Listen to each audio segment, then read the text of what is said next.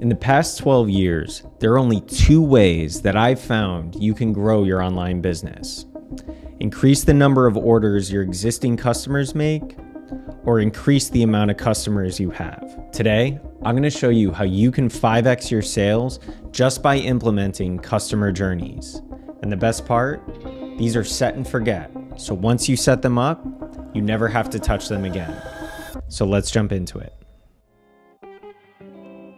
In my experience, most of the brands that I work with actually do a really good job of maintaining their existing customer set, specifically those customers that keep repurchasing from them. So they'll do things such as email, SMS, and social media retargeting, and they will keep those customers coming back for more.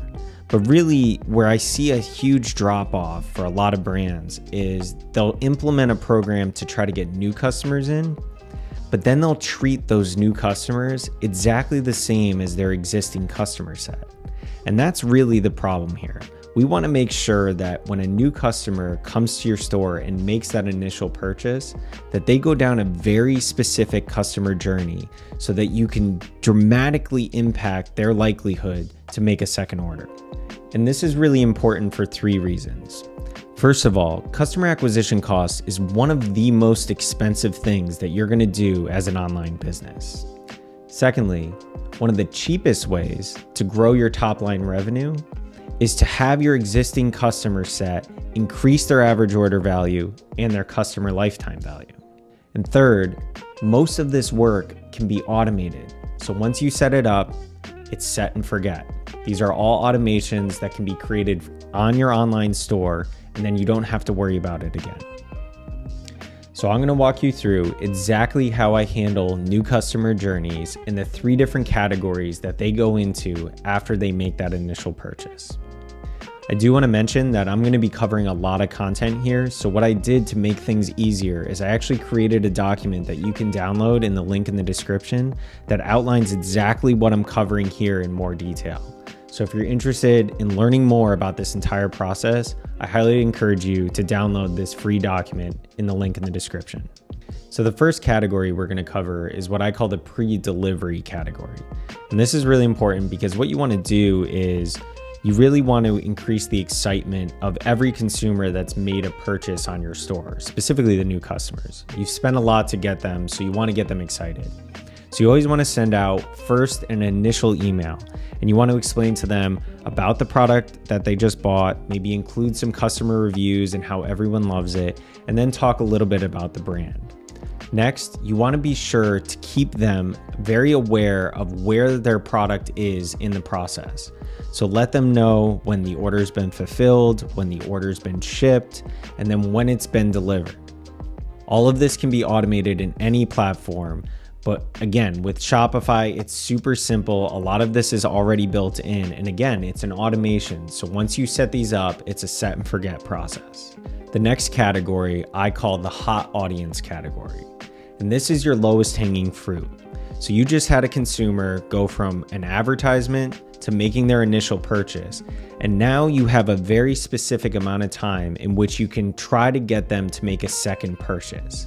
So this hot audience is really going to be dependent on what your product is and how quickly it can either be consumed or used, and what's the likelihood that they'll make a secondary purchase. So like for a lot of the brands that I work with that have consumable products, there's a 90-day window where I know the audience is super hot and they have a high likelihood of ordering within that 90-day window.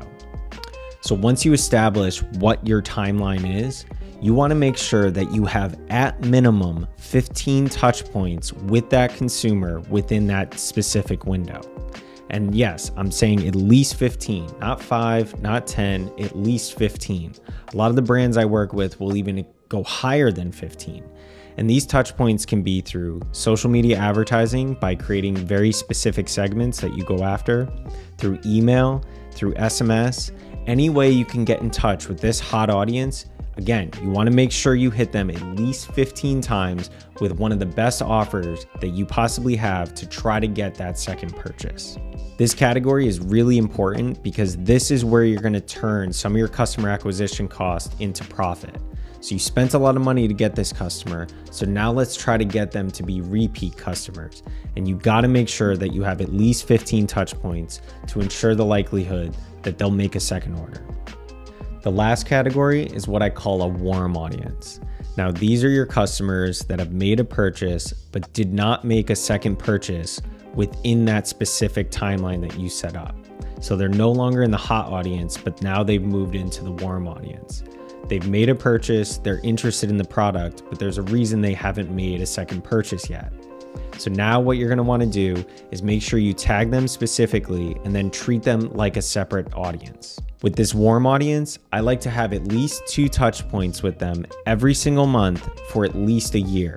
Now, again, these touch points can be through email, SMS, or social media retargeting, but the idea here is you want to at least have 2 touch points every single month for a year to try to recoup some of that customer acquisition cost and turn these new customers into repeat customers. And that's it. Those are the exact ways in which I handle new customer journeys for every single client that I work with. Now, obviously, we didn't get into detail about copy, creative, and discounts, but most importantly, you want to make sure that you're segmenting the new customers that make a purchase on your store and you send them down a very specific journey and you treat them differently based on certain stages that they get into. So the most important thing to remember here is you want to treat new customers very differently than your existing customer set.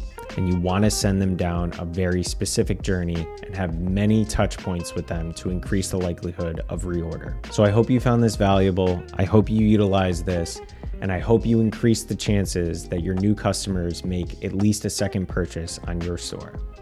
I'll see you in a week.